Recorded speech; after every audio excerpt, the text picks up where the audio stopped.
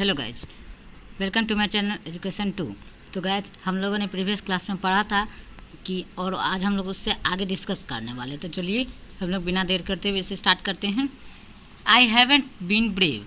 तो यह वो बात कि अगले दिन फ्राइडस कांगा जब स्टीफन हॉकिंग से मिलने जाते हैं उनके घर पर, तब की बात है। स्टीफन हॉकिंग कहते हैं कि मैं कभी ब्रेव नहीं रहा, कभी भी साहसी नहीं रहा। Said his disappointed computer voice. बिना शरीर वाले कंप्यूटर आवाज़ ने बात कही। और क्या कहा उसने? I have no choice. Stephen Hawking को कहना था कि मैं कभी साहसी नहीं रहा, लेकिन मेरे पास और कोई रास्ता भी नहीं था, इसलिए मुझे साहसी दिखाना पड़ा।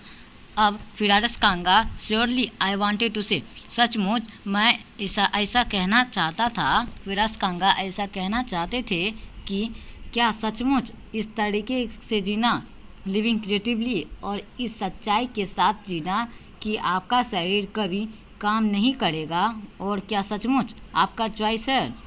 ये क्वेश्चन था उनके मन में। But I kept quite. लेकिन फ्राइडस कांगा शांत रहे, क्योंकि उन्हें शर्मिंदगी महसूस होती थी एवरी टाइम जितनी बार वो उनसे बात करते थे। उन्हें फोर्स करते थे कि रिप्लाई करे, क्योंकि वो पैरालाइज थे और इसलिए उन्हें खुद पे गिल्टी महसूस होती थी। There he was. फ्राइडस कांगा बताते हैं कि स्टीफन हॉकिंग वो वहाँ पर थे। अपने हाथ में जो छोटी सी स्विच थी ना उनकी, जिससे वो टाइप करते थे कंप्यूटर में, वो हाथ में लिए, और उनके हाथ में जो हल्की फुल्की मूवमेंट हो रही थी उससे वो कोशिश कर रहे थे कि कंप्यूटर में जो भी शब्द है उस पर क्लिक करे और वो उनके लिए बोले एवरी सो ऑफ्टन। और वो किससे कोशिश कर रहे थे? उनकी अपनी लंबी और फीकी पर चूँकि बेरंग हो चुकी उंगलियों से, जिसमें बिल्कुल जान नहीं बची थी, और उन उंगलियों से टच कर रहे थे एवरी सो ऑफ्टन। और अक्सर वो हर बार उनकी आंखें शट मतलब बंद हो जाया करती थी। इन फ्रस्ट्रेटेड एक्सहाउसन मतलब परेशान होकर, थक कर उनकी आंखें बंद हो जाया करती थी। And sitting appositive. और उनके सामने बैठकर I could feel his anguish. मैं महसूस कर सकता था उनके अंदर की गुस्से को, उनके अंदर की फीलिंग्स को। क्योंकि द माइंड, एक ऐसा माइंड जो कि भरा पड़ा था, जो कि ब्यूएंट हो चुका था विद द थॉट्स, सोचों से, that camps out in frozen faces. जो अपनी वॉइस बोलते अच्छे से वो एक्सप्रेसेस कर पाते, लेकिन जो उनकी माइंड में भरा पड़ा था, जो सोच भरी पड़ी थी, वो बाहर आ रही थी इन द फ्रोजन फेसेस के रूप में। एंड सेंटेंसेस, और वाक्य तो ऐसे निकल रहे थे स्टीफ, इतने सख्त जैसे कि कॉर्पोसेस जैसे एक मुर्दा था। आगे चलते हैं। ए लॉट ऑफ पीपुल, बहुत सारे लोग ऐसा सोचते हैं कि डिसेबल पीपुल और क्रॉनिकल अनहैप्पी होते हैं।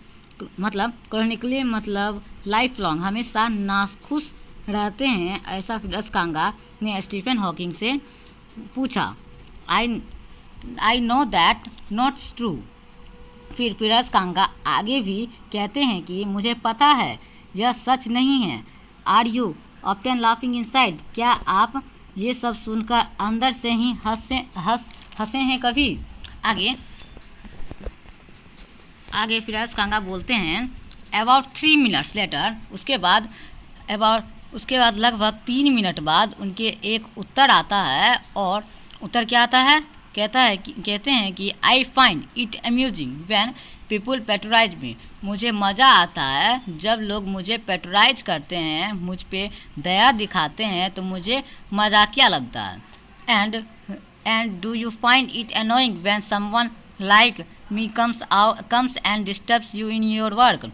फ्राइडस कांगा पूछने लगते हैं कि क्या आपको गुस्सा आता है जब मेरे जैसे लोग आते हैं आपसे कुछ बातें करने, आपको डिस्टर्ब करने, आपके काम में डिस्टर्ब करते हैं? उनका तुरंत आंसर फ्लैश्ड, उनका तुरंत आंसर आता है कि यस, हाँ। और उसके बाद वो थोड़ा सा हंसते हैं और उनकी एक तरफा मुस्कान देखकर राइटर हमारा समझ जाता है बिना सेंटिमेंटल हुए, बिना वो राइटर बिल्कुल भी सेंटी नहीं होता है, बिल्कुल भी पागल नहीं होता है। और वो तुरंत समझ जाता है कि वह इस दुनिया का सबसे मोस्ट ब्यूटीफुल मैन उसके सामने है, इस दुनिया का सबसे सुंदर इंसान उसके सामने बैठा हुआ है।